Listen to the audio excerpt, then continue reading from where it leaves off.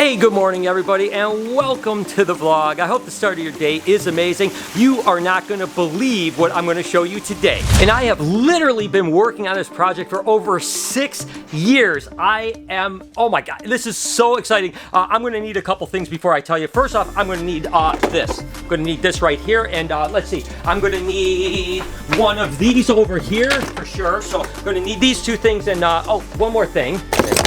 And I'm actually gonna need, let's see right here. Oh yeah, right here. This is exactly what I need.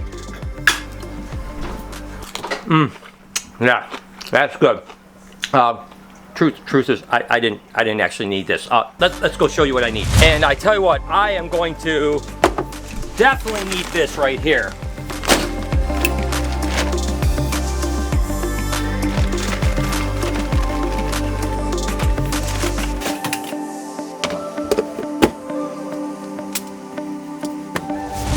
And now I can actually show you, but I'll be honest with you, I'm probably not going to tell you as much as you think. And it has to do with this snake right here. That's right, it may look like a normal ball python, but actually there was a ball python I imported from West Africa about 7 years ago. I raised it up, I bred it, produced heterozygous, potentially heterozygous, I'm hoping it's recessive, and this is the first clutch of eggs I've ever gotten from the heterozygous animals. Now I have one other clutch to be laid, so I have 2 potentials for this, for it to be recessive. If this works out, it is going to be game changer. It's going to be one of the coolest ball pythons. If it doesn't work out, I'm going to hatch a bunch of normal ball pythons. You're going to look back and say, that vlog you did a while ago, that was a bunch of hustle and bustle. But the truth is, I have high hopes, and I am not going to tell you much more than that, other than the fact that she laid a beautiful clutch of eggs. I was so nervous that she was going to potentially slug out. Again, working on this for like 6-7 years, I thought, would she lay good eggs? And she did. So I'm going to go ahead, take these out, and I am absolutely going to candle these eggs. I guarantee you, because I want to make sure that these eggs are fertile, and I cannot wait. 57 days from now, you're going to know all about this. As a matter of fact, I'll do a little flashback on this vlog so that you know, and I don't want Mama to bite me here. Don't bite me, Mama.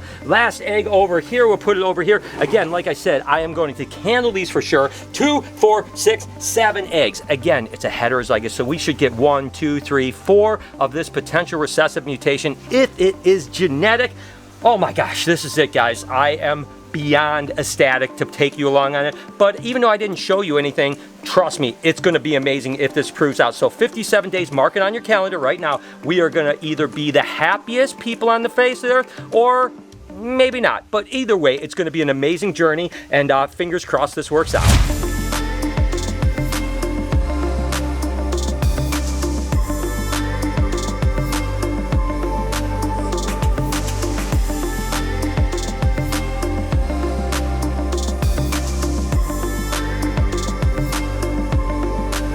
Hines and French's are doing so good, the albino iguanas, the crimson albino iguanas. I am so glad that I took out Sriracha and Tabasco, the red iguanas, because now these guys are thriving like crazy. And Bruce has kind of an interesting training technique that he's going to start working on with these albino iguanas to kind of get them a little chill, because they can't see really well. So when you touch them, they kind of freak out a little bit. So we have some ideas how we're going to train those guys. But look at how big Tabasco is getting, and Sriracha is actually in the back as well. They are monsters. If they were in there now, the albinos would be getting beat up so bad. So definitely the right decision to get these guys out of there. Not sure what I'm going to do with these guys yet. They are super cool and people love to look at them. I don't know if I'm going to keep them or not, but definitely the right decision to separate those guys out. Have some more baby Kluberts hatched out. I tell you what, I'm going to be totally honest with you guys. I'm somehow a little bit stumped on this Jelly Brooks thing, right? So basically, earlier we had a clutch of albino Jelly Brooks to albino Jelly Brooks, or at least what we thought they were, and they all hatched out albino. Well, guess what? This is the exact same breeding, albino Jelly Brooks, albino Jelly Brooks, and they're all normal. There's not one albino. It's weird. The jelly thing is kind of like an allelic thing, but I usually can wrap my head around the genetics behind something. This one has got me stumped. I'm not 100% sure what the deal is with these guys, but the one thing I know is that these aren't normal Brooks Kings. So basically what ends up happening is as these get older, they get this kind of purplish look to them. That's ultimately why they call them Jelly Brooks, right? But the thing I don't understand is why when you breed it to an albino, you don't produce albinos. There's got to be something else going on that I don't quite understand, but nevertheless, a clutch, a beautiful Jelly Brooks right here. So we'll get these guys eating absolutely wonderful, and one day I can figure the genetics out so I feel like I know what I'm talking about. Don't forget, guys, we have tickets on sale for the Reptarium. We are maxing out small groups. You can buy tickets really now all the way through the end of the year. Slots are selling out, so if you want, you can go to thereptarium.com, book your slot from now, like I said, all the way till the end of 2020. We're going to keep limited groups. That way you get a real intimate experience here at the Reptarium. So go ahead, reptarium.com, and book your slot. Guess what time it is? And we actually have a Hypo-Okatee Abbott's that is het for scaleless corn snake, and it's actually bred to an Abbott's Okatee scaleless that is a ripper. Just take a look at that monkey right there. Whoo, doggy. I tell you, that is a beautiful snake. And let's see what Mama has going on. Oh my gosh, she is a pretty snake, and that is a beautiful clutch of eggs for a second clutch. Oh my goodness. And again, half of these are going to be Abbott's Okatees, and the other half are going to be scaleless Abbott's Okatees, and they're all going to be het for hypo, just like Mama there. Oh my goodness, that's a beautiful big clutch of eggs. Beautiful size eggs too. These guys are not small at all for second clutches, so oh my gosh, cannot believe some of the second clutches we got this year. They've just been killing it. We've got 2, 4, 6, 8, 10, 12, 13 good eggs. I tell it, that is absolutely amazing. Only colubrid clutch for the day, but man, was it a banger. Like I told you guys before, I'm working a little bit, trying to push boundaries and things like that, and it's really important to me that I also do that with our croc monitor. As you guys know, we just got him. He's still really fresh in this area, so I still don't want to necessarily push anything too far, but I'd rather things happen now and we have time in the future to be able to fix that then something happen in the future and then we don't have time to be able to fix it. I'm not trying to get myself hurt, bit, or anything like that. That's not my intention here, but if that were to happen, it is what it is, guys. So we're gonna try and crush this out as safely and as best as possibly can. As you guys know, I gotta pop these bad boys out. Don't want him thinking that I got some food for him or anything like that, especially with my ears. I need them. So let's get started.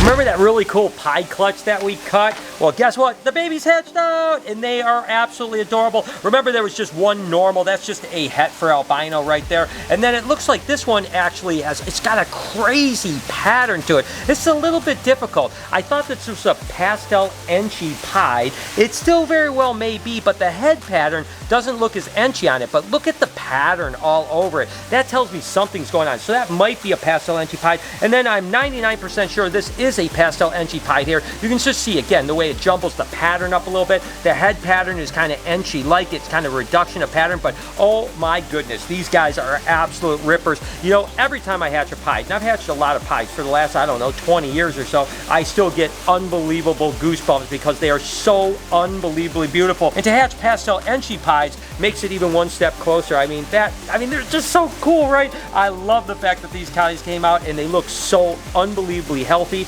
and amazing. In case you guys didn't know, we now have this face mask. If you want to be a crocodile, you can go ahead and follow the link in the description. Obviously, all the merch is available right now, but I'm pretty excited about these new face masks. We wear them here at the Reptarium, and quite frankly, everywhere I go, I wear this mask. So go to the link in the description, and you can get that as well as the Ivy and Lucy. They're only going to be available for about another week, so you better go check it out.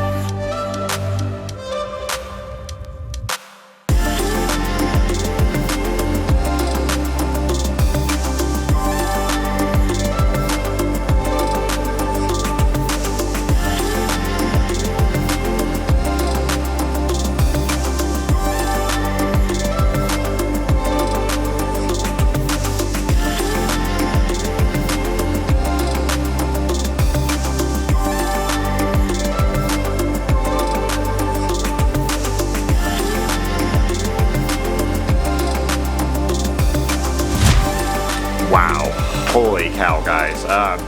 Not gonna lie, that was a little bit unnerving. He walked up to me, he was so interested, and you could tell this animal knew that I wasn't a tree. He doesn't stand there looking at a piece of stick and sniff it and smell for that long. He just doesn't do that. So he knew what I was and why I was here. So him crawling on me, and I've never introduced him, so I've never done anything like that. You know the tricks that I do with the lace monitor going up my arm? I never do that with him. So the fact that he just willingly crawled up my leg and then hopped right off on his own with honestly, I think he got scared from me talking because I was just getting excited. I was like, wow, this is really cool. When I said that, he went right off. So that might have just been the vibration of my voice, just like startled him a little bit, and that was my fault. But really cool. I mean, I have full faith that if I wouldn't have talked, he would have came all the way up to my shoulders, which then it might have been a little bit of a hard time getting him off me. So it's kind of best that he decided to get off when he did. The other day, a scaleless Texas rat snake clutch started to hatch out. Well, guess what? They're almost all out now. Maybe all of them are out, but you can see that when they hatch out, they're a little bit sticky, so they actually get like vermiculite all over them. So what I'm going to do is just kind of plop them in the water here, and it's amazing once they get a little bit wet how beautiful they look. You start to really see all of those beautiful, I mean, look at this one right here. Whoo, doggy. I tell you, that thing is going to be a ripper when it gets a little bit of size and the color starts coming, because these guys, their color gets going a little bit later, and I might be in trouble here, guys. I've only got one lid, and I've got a whole bunch of snakes cruising around, but you could just see, look at the difference between these ones that have the vermiculite on them and these ones that are in the water and cleaning up. Oh my gosh, these things are incredible. So what I'm going to do is get these guys soaked up. We'll get them set up into shoe boxes before they all escape. But that is the first scaleless Texas rat snake clutch. Look at this one right here. Whoo, doggy, I tell you, that's beautiful. We have so much mail, guys, that we're not going to open this all in this vlog. This is going to be kind of spattered over the next couple weeks, to be honest with you, because I don't want to bore you guys. But I'm excited about this big box because it says fragile. Do you think it's a leg lamp? Oh my gosh. It could be a leg lamp. But a fragile is always... You're cutting towards yourself. I always cut towards myself. You know what? I didn't. When I was in the Boy Scouts, they taught me to always cut towards yourself. You were not in the Boy Scouts. Oh, that's right. I was a Cub Scout. I was a Weeble. I think I was I don't know what it is. A Weeble? It's a Weeble, yeah. I don't even know what it was. Partly. Nevertheless. All right, so what do we have here? Okay, almost there. Ooh, that's the reveal. Look at that. That is dope. Are you kidding me? Oh my gosh. This is amazing. So Zach sent it to me, but it's signed Sharon. I don't know exactly. It was made in 2020. Not sure exactly what the deal is with that, but thank you so much. That is so awesome. That is so cool. That's super cool. Thank you so much, Zach. That's awesome. This is the Palmetto Wood Shop. That's where it comes from. You don't even know how to open things. Oh wait, is this another freaking knife? Oh, if it's a knife, I'm so happy. Oh my gosh. Enjoy the gift. I know you love your... Ooh, this is a good knife, man. Look your at this. lollies? I don't have my glasses on. Look What at does it say? Your knives. Why would you say lolly? Because I couldn't see it. I don't have my glasses. So I got this. Look at the action on that.